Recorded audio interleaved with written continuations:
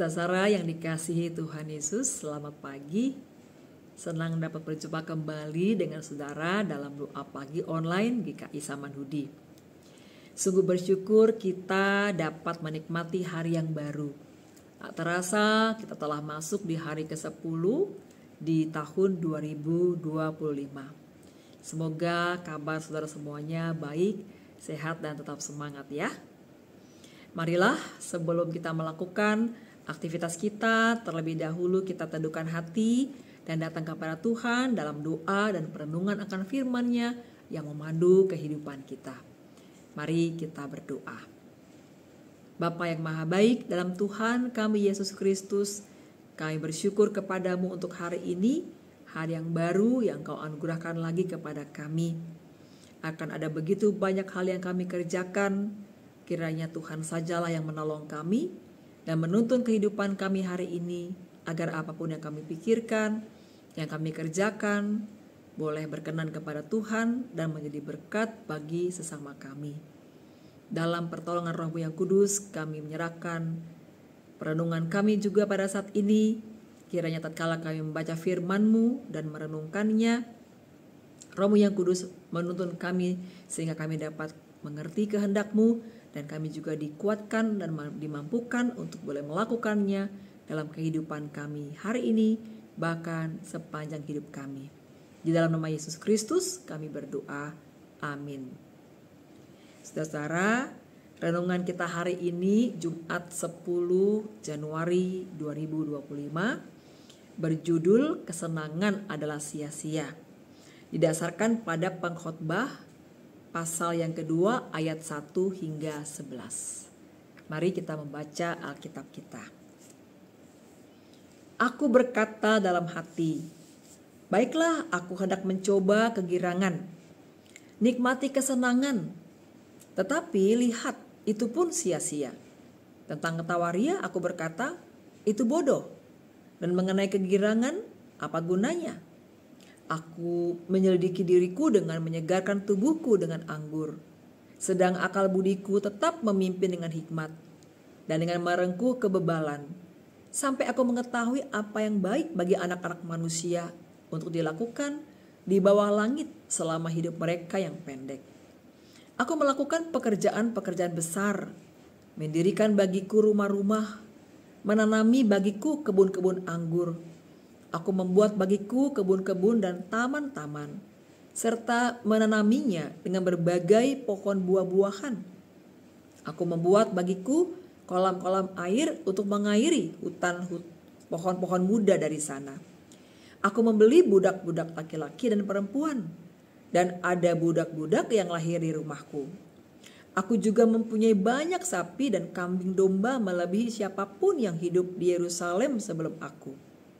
Aku juga mengumpulkan bagiku perak dan emas, harta benda raja-raja dan daerah-daerah. Aku mengambil bagiku para penyanyi pria dan wanita, dan banyak selir, kenikmatan anak-anak manusia. Dengan demikian aku menjadi besar, bahkan lebih besar daripada siapapun yang hidup di Yerusalem sebelum aku.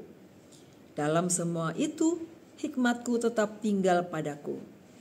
Aku tidak merintangi mataku dari apapun yang dikehendakinya, dan aku tidak menahan hatiku dari sukacita apapun, sebab hatiku bersukacita atas segala jerih payahku.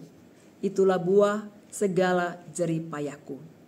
Ketika aku meninjau segala pekerjaan yang telah dilakukan tanganku, dan segala jerih payah yang telah kulakukan untuk itu, lihatlah, semua itu kesia-siaan dan usaha menjaring angin.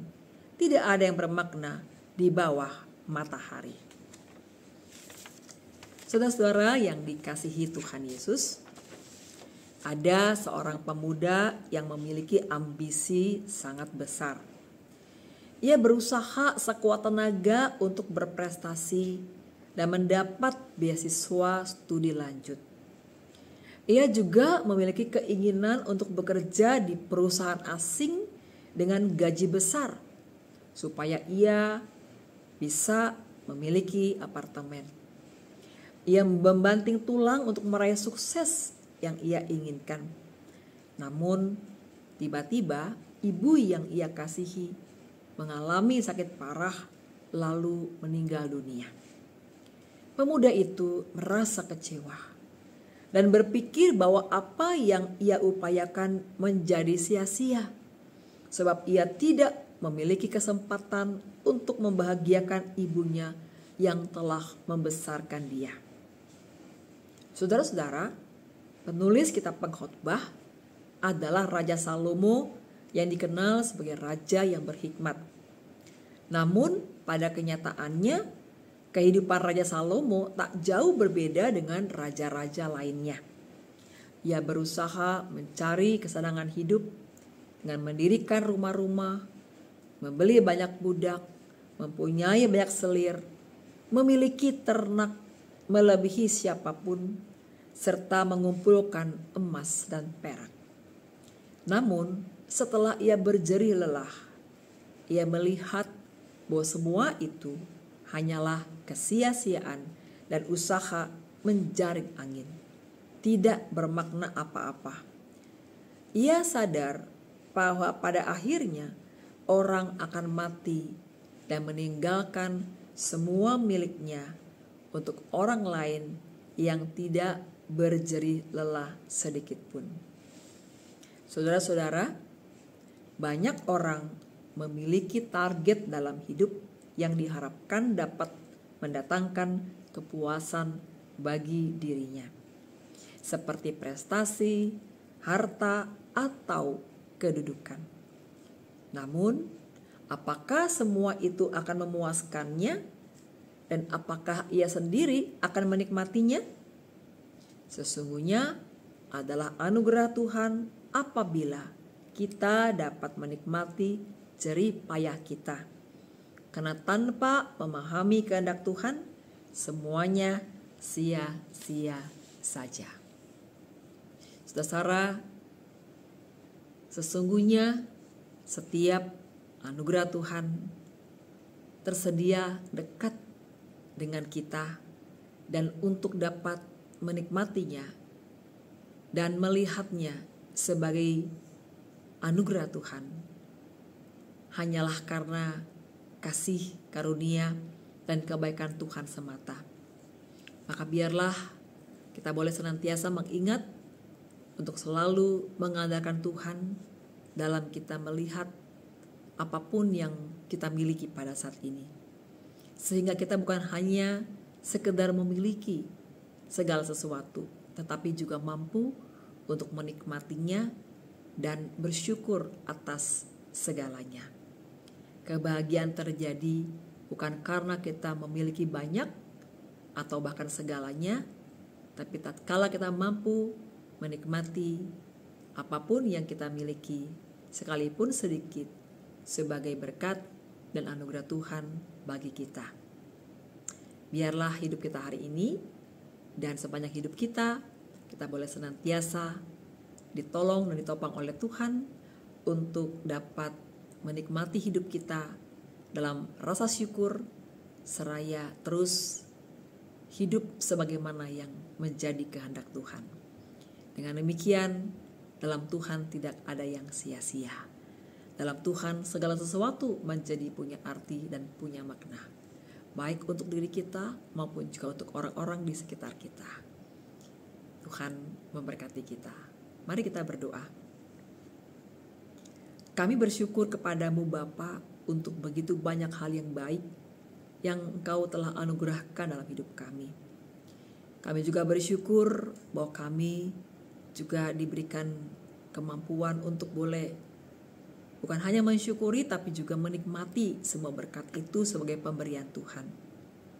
Maka biarlah hidup kami hari demi hari di awal tahun 2025 ini, bahkan di sepanjang tahun ini, bahkan di sepanjang hidup kami boleh terus merasakan sukacita yang melimpah. Bukan karena banyaknya hal yang kami miliki, tapi karena kami dapat menikmati bahkan ketika hanya sedikit yang kami punya. Ajarlah kami juga untuk dapat menjadikan apa yang kami miliki juga kebaikan bagi orang-orang di sekitar kami. Mampukan kami berbagi dalam keterbatasan kami. Mampukan kami peduli dengan orang lain dalam segala kekurangan kami. Kiranya nama Tuhan terus dipermuliakan lewat hidup kami, dan kami juga boleh senantiasa selalu menyerahkan kehidupan kami dalam tangan Tuhan, sehingga kami boleh menjalani hidup ini dengan penuh sukacita. Kami serahkan hari ini dalam tangan Tuhan. Kiranya apapun yang kami kerjakan hari ini boleh berkenan kepada Tuhan dan memuliakan nama-Mu. Dalam perjumpaan kami dengan sesama juga kami boleh menjadi berkat, dan hidup kami boleh menjadi kebaikan juga bagi orang-orang di sekitar kami. Kami naikkan doa kami dalam nama Yesus Kristus, Tuhan dan Gembala kami yang baik. Amin. Saudara, selamat beraktivitas. Tuhan memberkati. Bagi Bapak Ibu yang memiliki pergumulan khusus dan ingin didoakan, bisa menghubungi rekan-rekan pendeta di nomor berikut.